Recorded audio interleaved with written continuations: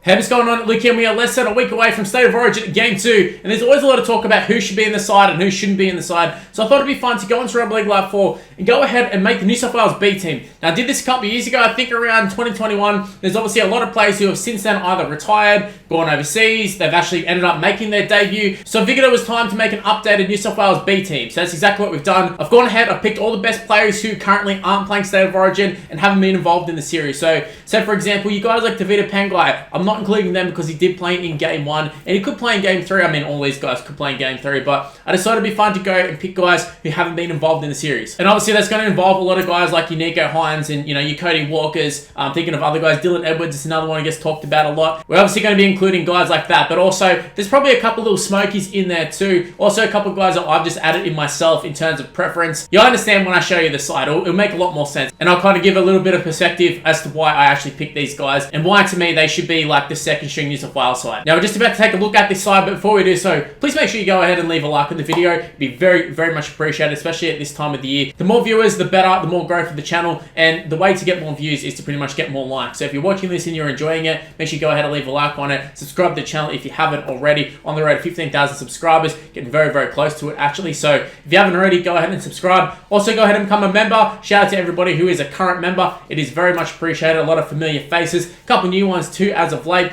Also, the super chatters are being absolutely going off. They've been absolutely killing it. Shout out to every single one of you. Sporty Man Techno, you guys have been killing it. You've been so good to me.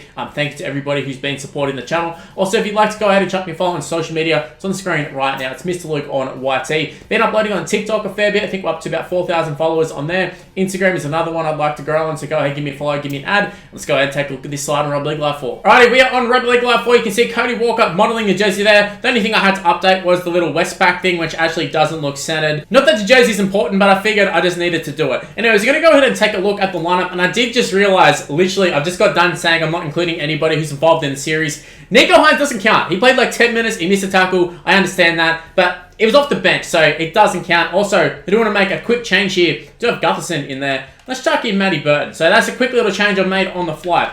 So, fullback, Dylan Edwards. I think he kind of picks himself. A lot of talk about him possibly being the actual fullback for New South Wales. I think Tedesco has to be there. It has to be James Tedesco. But Dylan Edwards has definitely made a case. He's definitely made it a lot harder, considering in the past it's always been, alright, is it going to be Trelawney, is it going to be Tommy Turbo, or is it going to be Tedesco? And Tedesco has always been like the sure thing, even with the others there. Dylan Edwards has made a little bit of a competition, although I still would have Tedesco there by a little bit, just purely off previous experience. But Dylan Edwards is definitely he's definitely on the cards in future years, I would say. Then we have Ruben Garrick and Campbell Graham. Now, Ruben Garrick is someone, there was a couple options here, and I'll get to the other options. In fact, let's just go through as I sort of go through the side. We'll go through the other options. So the other one I did look at was Joseph Suaalii. Tony Staggs is another one. Daniel Tupou. And that was sort of the guys I did look at as possible people to come in the back line. Daniel Tupou obviously been there and done it. Joseph Suaalii was talked and hyped up a lot. Obviously going to rugby union. I figured that if there was an injury, he's pretty good chance of coming in terms of Brad Fittler would pick him. But just in terms of who I would pick, I wouldn't have him anywhere near this squad, but I know Brad Fittler probably would. So that's the reason I've chucked him in here. Also, I just want to point out Scotty Drinkwater. Shout out Scotty Drinkwater scoring a fantastic try last night, winning the game for the Cowboys. He's another one I think in future years. I think he could be a chance at fullback. But yeah, Suaalii is probably the next one to come in on the wing. Maybe Carraz in a couple seasons. Would love to see him in amongst it. Alex Shonton, I don't think will ever really get a chance there. But yeah, Ruben Garrick, I'm pretty satisfied in the sense that I think he could come in and do a fantastic job. He can play center, he can play wing. His goal kick's amazing, so he's also the goal kicker as well. And Campbell Graham, he really selects himself here. He's super unlucky to not even be in the New South Wales side. We'll probably be seeing Stephen Crichton here if Campbell Graham didn't rule himself out. So unlucky to Campbell Graham, very, very unlucky. Then, like I saw before, Matt Burton, I've just chucked him into the starting side. Don't really know why I didn't have him in there. I think maybe because I was so adamant that he should have been on the bench in the actual New South Wales side that I kind of just chucked him on the bench by default in here. But yeah, Tony Staggs, Matt Burton, Campbell Graham obviously can come in and play in the centres as well. It just sort of depends on who you want your wingers to be and who you want your centres to be. So Campbell Graham has kind of got that, obviously not like Tom Drabojevic, but like depending on the side, you could chuck him on the wing, you could chuck him in the centres, you can probably chuck him at fullback too. But yeah, Campbell Graham, fantastic player. Then the exception to the rule that I made, literally, I don't know, a couple of minutes ago was that No players involved in the series will be featured in this side. Nico Hines obviously has been involved, but I can't not put him in here. It just wouldn't be right to not have him in this second string side, especially considering he's been overlooked for the actual position, and he got, what, like 8 minutes in the centers. To me, that doesn't really count. Obviously, he's made his Origin debut, but yeah, you know what I'm saying here. So Nico Hines is the halfback, Cody Walker there. Obviously, if Nico Hines isn't there, Adam Reynolds just slots straight in. Maybe even like a Matt Burton, but for me, Adam Reynolds would be the next in line, the third string, I guess. Well, actually, it'd be fourth string because Mitchell Moses is there. If Nathan Cleary is playing, obviously Mitchell Moses is in the side at some point too. But yeah, Nico Hines, Cody Walker, they're my halves combo. I think they're Indigenous All-Stars halves combo as well. And I wouldn't have even been shocked if they were the actual New South Wales halves combo. But hey, it is what it is. They've gone with who they've gone with. And look, I'm not going to complain too much. I've already done plenty of videos about that. Moving on to the front row, we have David Clemmer and Regan Campbell-Gillard. Two guys I honestly can't understand why they're not in the actual side. I really don't. David Clemmer has been back to his best. Regan Campbell-Gillard he's come back from injury. I felt like he would have been in the side in game one, but maybe not, because it seems to be a thing where Brad Fittler just doesn't want to select him. Played one game last year, I think it was, and then got dropped just randomly. I don't understand why. So yeah, Clemmer and Regan Campbell-Gillard would have had them over Stefano. Funnily enough, I actually had Stefano in this side originally in like 2021 or whatever it was, so there you go. Just funny how things sort of move on very, very quickly. They've got Blake Brayley. Essentially, Reece Robson would have been it. He's been selected. I don't really understand his selection either, but Blake Brayley is there purely because there's not a lot of hooker options for New South Wales, especially with Coruscant out injured. So Damien Cook, who was the backup, is now on the side, and then Reece Robson comes in. Like, Blake Brayley, to me, like, he's not some superstar by any means, and I don't know, maybe if this team actually played, maybe they would chuck one of the halves into the hook position or something. I don't know, but yeah, Blake Brayley is there purely sort of by default because I couldn't really think of anyone else. Then move on to the back row. The back row is actually kind of slaps hard, I'm not going to lie. Colin Matangi and Ola Kawatu, two guys who have been talked a lot about actually coming into the actual New South Wales side. Colin Matangi, I think, probably would have got selected if he didn't get injured. Then obviously he got injured, and they've sort of moved on with Hudson Young and that sort of stuff. But Ola Kawatu was another one who was sort of being talked about with Hudson Youngers maybe coming into the side. Obviously they went with Hudson Young, so yeah, Ola Kawatu and Colin Matangi find myself as the back rowers for this New South Wales B side. And then the lock position, I wasn't really sure. Like, I've got McInnes here on the bench.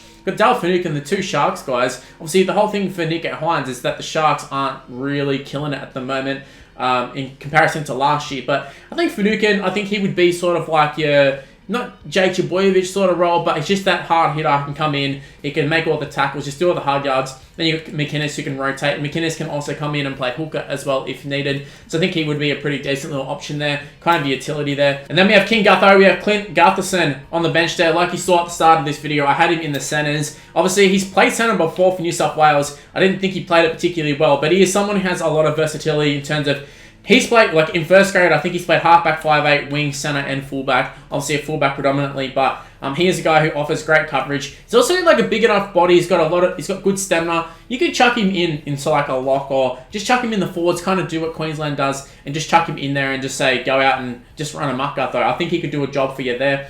But yeah, Gutherson's kind of unlucky in the sense that I don't think he'll ever play fullback for New South Wales. He's never going to be like the number 2 guy or the number 1 or even number 3, but I think he'll find himself in amongst the sort of talks every single year as a guy who can cover a lot of positions. So maybe kind of like a Jack White effect, where maybe not the first choice in his positions, but he's always going to be in amongst the talks. So yeah, Gutho is there. Then we have Angus Crichton and Spencer Linu. Angus Crichton has kind of fell off a little bit. I mean, he played for Australia last year. Obviously a lot of mental health sort of stuff, and he's missed a fair bit of footy this year, and that's pretty much the reason I would say he's not in the New South Wales side to start off with. But for me, I think he's someone that I was actually shocked that they still didn't pick anyways. Even as a guy who's coming off the bench, he's played a little bit of reserve grade, sort of still finding his feet back in the NRL. But I'm shocked that they kind of just didn't roll the dice with Angus Crichton just because of how good he's been in the past. But maybe the Origin Arena isn't, what he needs at the moment. But for me, I had to chuck him in there.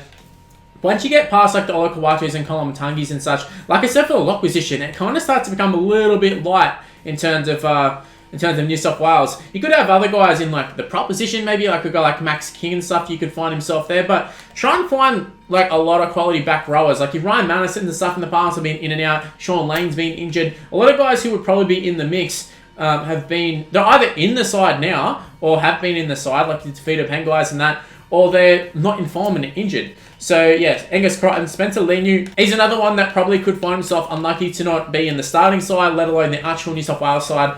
He's been good for a couple of seasons now. I really rate Spencer Leniu moving to the Roosters. Going to be a big move for him. I don't think it's going to be a great move for him, but I think it's going to be a big move. But yeah, I'm pretty happy with that side. Katoni Staggs is one that I think, like, he's sort of flying under the radar despite the Broncos going so well. But he's someone who's obviously played for New South Wales in the past, and I think he probably will play for New South Wales again going forward. And also, I had Campbell Graham and Staggs as the centres, and I just figured that, like, Campbell Graham's got the versatility. They could chuck him on the wing, and they were going to possibly do that in game 1 anyway. So I just thought I'd chuck Campbell Graham on the wing. He started off as a winger, play for Australia on the wing. You chuck in Birdo and Campbell Graham together. Maybe play for Australia together, possibly. Not exactly sure, but look, I think that's a pretty formidable side. Is it a side that I think could beat the Ashley New South Wales side? I'm not so sure. We will find out tomorrow whether I can do that on Rugby League Live 4. So there's a spoiler on tomorrow's video. But like, it is a very, very good side. And I think in terms of Rugby League Live 4, you got Clemmer, you got Campbell Gillard. The back row is very, very strong. I think we can do some absolute damage with this one. Kind of maybe even wreck the actual New South Wales side. I hope so. But yeah, look, that is my New South Wales B side. Let me know in the comment section below. What is your New South Wales B side? Is there anyone that I've missed? I mean, we can take a look at the rest of the guys in the squad. Adam Reynolds is there. Vaughan's overseas. There's just a couple of guys who were there from the previous one. Alex Johnson kind of touched him a little bit. Sean Lane as well. Jesse Raymond's fallen off. Sirinen isn't even in the NRL. Connor Watson injured. Udukamano is actually in the side. Scotty Drinkwater, touched on him. Suoli. Hastings is someone I think is another one who has like a fair bit of versatility. Isn't going to get talked about, probably won't ever play, but it's just another one that, if you're looking for a guy who's super versatile, him and like your Dylan Walkers and such, I think they could be there. Averillo's another one who's got a lot of versatility. Probably won't ever get, you know, in the talks for it. He's not that good, but just another versatile guy. Jack DeBellin definitely gets talked about. I don't know for good or bad reasons, but he gets talked about. And look, that rounds out the little squad there. Anyways, I'm going to wrap things up here. Hopefully you did enjoy that one. If you did, make sure you go ahead and smash the like button and subscribe to the channel if you're new around here. I'm not going to go through the whole shtick I did at the start of the video. Just make sure you leave a like and subscribe. Also, go ahead and chuck your follow on social media. It's on the screen right now. It's Mr. Luke and YT. Like I said at the start of the video, my TikTok, I think it's on about 4,000. Instagram, just shy of 1,000. So go ahead and give me a follow, give me an ad. And look, stay tuned for more content on the channel. I've already revealed tomorrow's video. Stay tuned for that. And I'll see you in the next one. See yous.